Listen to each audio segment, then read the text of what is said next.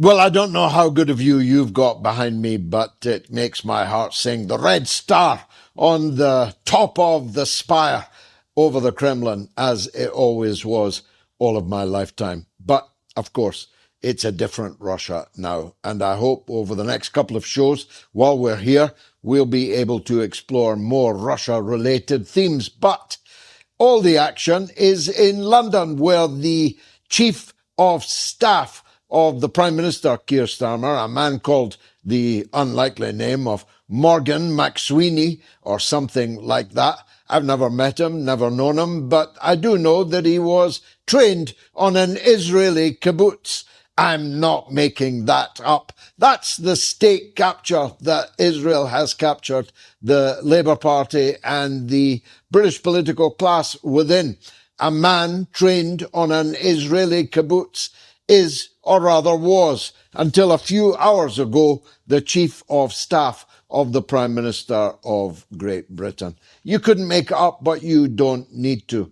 It is commonplace now in both British and American politics that if you want to get on, you better get on with the state of Israel. But enough about Morgan McSweeney. His proximate reason for resignation is the one I want to concentrate on for a few minutes. That proximate reason is that he advised Keir Starmer to appoint Peter Mandelson, the Rasputin. There you go. I've got a Russian reference in.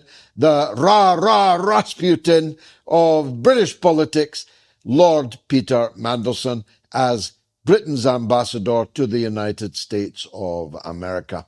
Well, come to think of it, Rasputin took some shooting and kept breaking through the ice when they threw him in that very river behind me.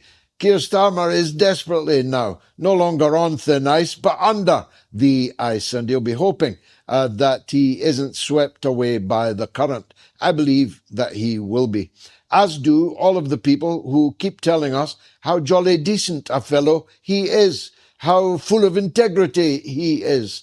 That's why he appointed Peter Mandelson to the top post in the British diplomatic firmament. He appointed a sleazeball as Britain's ambassador to Washington because, hey, Keir Starmer is full of integrity, a jolly nice fellow. He's a jolly dull fellow, a fellow quite incapable of steering Britain out of the rapids of decline in which we are currently sinking.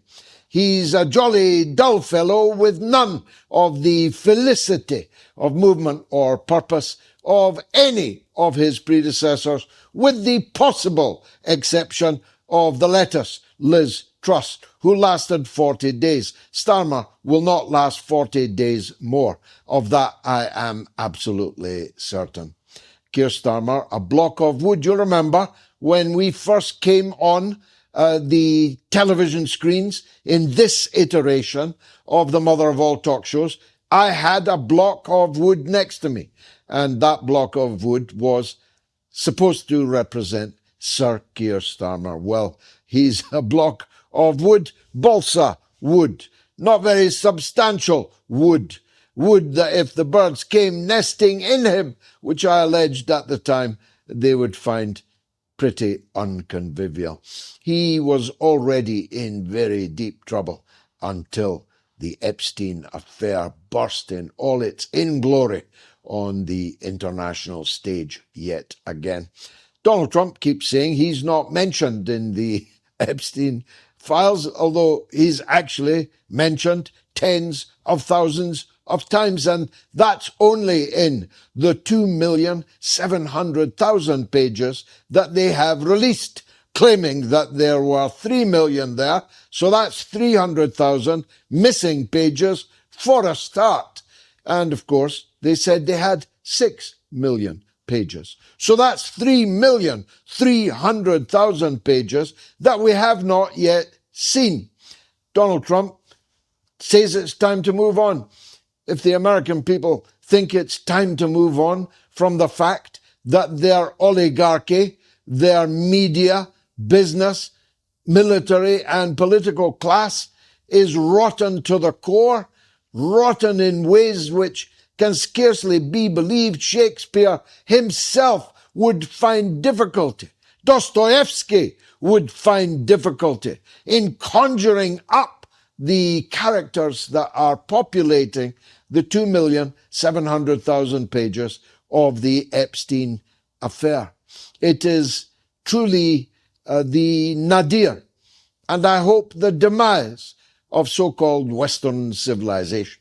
That's the Western civilization which brought us the Inquisition. That's the Western civilization which brought us slavery and colonialism. That's the Western civilization that burned women at the stake as witches. That's the Western civilization of which Mr. Gandhi famously opined when asked by an American journalist what he thought of Western civilization. Mr. Gandhi answered, yes, that would be a good idea. The Western civilization that brought us World War I, when cousins of the same royal line led their people into the slaughter of millions for no purpose at all, except a bigger share of the colonies at that time, principally in Africa. That's the Western civilization, which when it had to, spawned fascism itself. That's the Western civilization that beggared half the world and beggared half the people in their own world. None of the working class in the metropolitan country, in our case Britain, but the same was true in France, in Belgium, in Spain, in Portugal, in Germany even. None of the working class there benefited from this domination of the Western civilization. Civilization, if that's civilization, if this is democracy, if this is freedom of speech, Sir Keir Starmer, you can keep it. But the truth is, Western civilization is sliding under. The ice has broken. It's slipping away. It's slipping away everywhere. And if you want confirmation, you'll only look at the holy text, the Bible of foreign affairs, the magazine Foreign Policy, which has a headline on its front page this hour, that the Europeans are making a pivot to Putin, that the Europeans have concluded that they, quote unquote, need Russia. I had to triple take that one. You can imagine. Triple take, pivoting to Putin, needing Russia. That's what Foreign Policy says on its front page this day and hour. My inbox is open for apologies, for mea culpas, for ambassadorships. I'd be a good ambassador to Moscow. Probably the only thing that could save Britain in its relations with Russia would be making me the British ambassador to Moscow. But I'm ready for other job offers as well as interview requests, because it turns out I was right again. I told you that these sanctions would be the biggest boomerang in history. I told you that the Russian economy would go from strength to strength, and ours, the sanctioning economies, would be the ones slipping under the icy water. I told you that Russia would look east and would never look back at the West. And now the West is pivoting to Putin because it needs Russia. I mean, as Oscar Wilde said on the death scene in Dickens's Little Nell, you'd have to have a heart of stone not to laugh. But the people of the Western societies, as they see all around them slipping away, are not laughing. They're not waving. They're drowning. Not waving, but drowning. That's the cost of this period of insanity.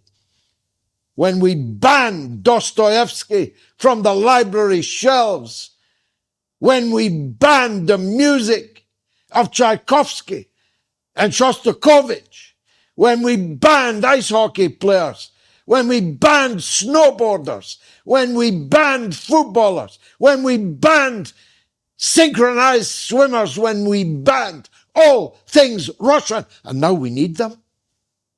Now we're going to make a pivot to Putin?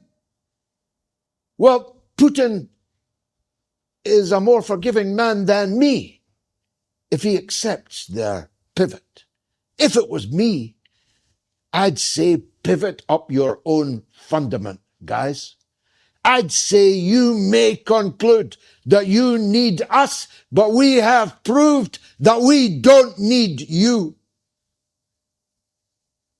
But we'll see what President Putin says. As I say, he's a more forgiving fellow than I am. And the Epstein affair is causing havoc in the British royal family.